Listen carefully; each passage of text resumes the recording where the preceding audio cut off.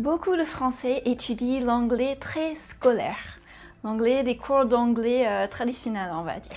Et ce n'est pas très marrant et ce n'est même pas forcément l'anglais qui est vraiment utilisé, surtout à l'oral.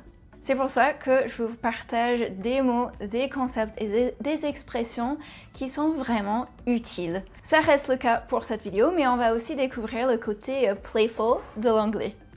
My name is Alex, I'm an English teacher, and in this video, je vais vous partager expressions que j'entends souvent venant de la bouche des Américains.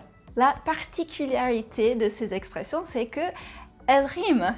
And that will help you remember the vocabulary in the expression.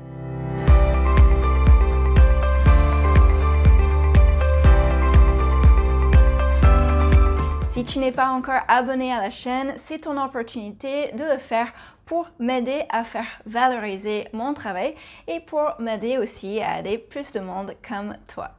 Juste avant de passer à la première expression, un peu de contexte culturel pour t'aider à comprendre la prévalence de ce que je vais partager. Donc, dans les cultures anglophones que je connais, en tout cas, on parle très facilement aux autres avec un langage assez détendu. Pas vulgaire, mais détendu. Si on devait y réfléchir comme le tu et le vous en français, je pense que vraiment on ne vous voyerait pratiquement personne. Ce serait bizarre en fait de créer cette distance dans la plupart des cas.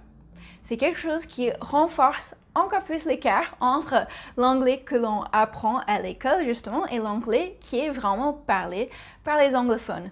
Cette différence d'anglais très formel et très parlé informel, détendu. Pour les expressions que je partage dans cette vidéo, donc dis-toi que oui, c'est un langage plus familier, donc pas ce que tu vas utiliser pour écrire à ton nouveau patron anglais que tu n'as pas encore rencontré, mais avec ce contexte culturel des échanges détendus à l'oral, on peut très bien entendre et utiliser ces expressions dans beaucoup de situations à l'oral. Allez, on commence avec la première expression. Number 1, Chilly Willy. Ce serait une possible traduction du mot frileux en anglais, ce qui vient sûrement du dessin animé sur le pingouin qui s'appelle Chilly Willy, qui a toujours froid. Chilly, hein? Chilly, chilly, chilly. Willy, the penguin. Moi, I'm Chilly Willy, par exemple.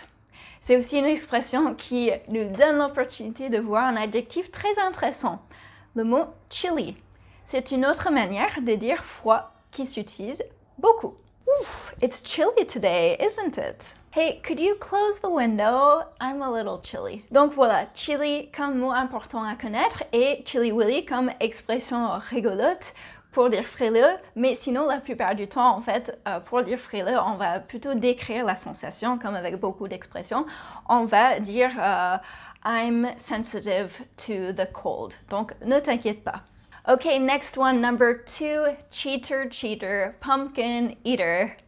C'est plus une expression que j'ai entendue utiliser par des enfants, mais elle peut être pas mal pour son vocabulaire surtout. Cheater, cheater, pumpkin eater. Donc, to cheat means tricher.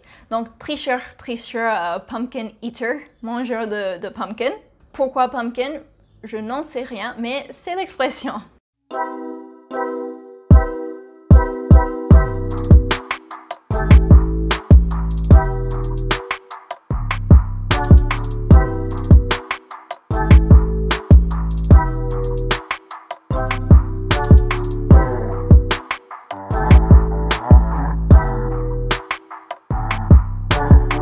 Entendu la prochaine expression dans la vidéo aussi, c'est number 3, fair and square.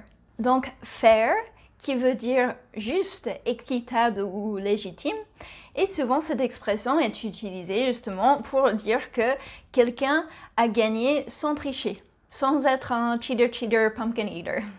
Donc d'une manière fair. No excuses, I beat you fair and square. Ou bien, we always try to do things fair and square here. Hold on a second, Tim. I won this trophy fair and square. Okay, number 4, walk the talk. You talk the talk, but do you walk the walk? What? En gros, tu racontes de belles choses, mais est-ce que c'est vrai ce que tu dis? Est-ce qu'il y a vraiment quelque chose derrière ce que tu dis? ou est-ce que c'est juste de la parlette? Donc, il y a pas mal de versions de cette expression qui sont utilisées.